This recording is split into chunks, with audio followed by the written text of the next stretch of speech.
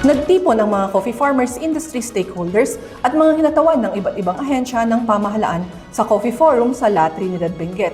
Bahagi ito ng selebrasyon ng tinapong The Benguet Coffee Festival. Si PIA-BSU intern Nicole Tulaban para sa report. Nagtipon ang mga coffee farmers, industry stakeholders at mga kinatawan ng iba't ibang ahensya ng pamahalaan sa kinanap na Coffee Forum bilang bahagi ng tinapong The Benguet Coffee Festival 2026 sa La Trinidad, Benguet. Layunin ng aktibidad na palakasin ang industriya ng kape sa probinsya sa pamamagitan ng pagbabahagi ng kaalaman, karanasan at mga estratehiya mula sa mga eksperto at lokal na magsasaka. Ayon sa isang speaker na isang award-winning coffee farmer, mahalaga na magtulungan ang mga baguhan at may mga kaalaman sa industriya. Takto nga tulong dito event nila dito sa sabat iti ada knowledge na kan jay beginners pa lang kasi no sabat tet jay istoryaan tet mayan so makadan mo di man dito beginners.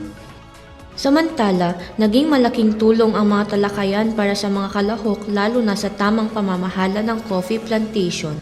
So we learn a lot on how to manage coffee plantation, especially the management area na hindi lang natin itanim ito and then we just let it like that. There is also the maintenance from planting, and then one thing more is the quality of coffee that we are going to plant, that we should really be specific what kind of seeds of coffee we are planting.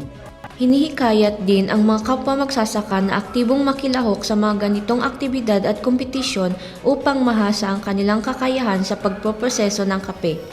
So nga dahil ito no dati ka working farmers, encourage ko na kayo ma'am. Yung dati event, yung dati competition pag kita yung pagkitaan yung ability yung ag-process or hindi kapasidad yung ag-process mo kasi haan nga preference mo lang itimang judge di kape.